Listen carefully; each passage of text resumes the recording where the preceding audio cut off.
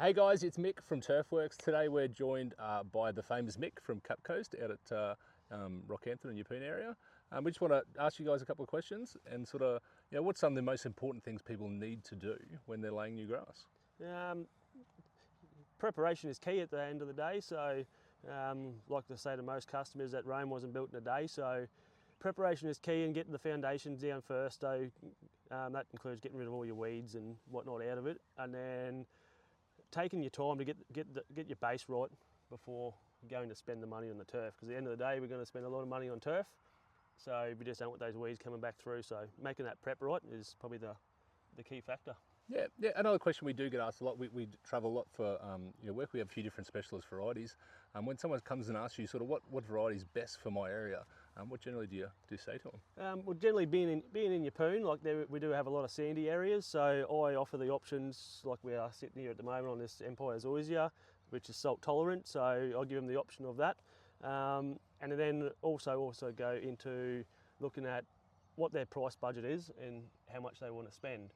We can go from the wintergreen all the way through to our Sir Walter, which Sir Walter will still go on the sand, but I generally recommend the Empire Zoysia for the sandy areas, and then for just your generic, we'll just go in between wintergreen or Tahoma 31. Hey Mick, it's coming up to springtime. It's a really exciting time for anyone with grass, a lot of time for renovations. What are some key factors people need to think about when it's coming into spring?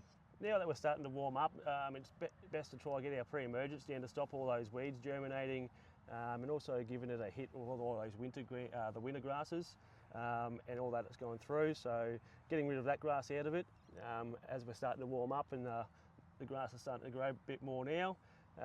Doing a renovation is going to get rid of all that surface layer thatch and all the stuff that's been in there building up over winter time.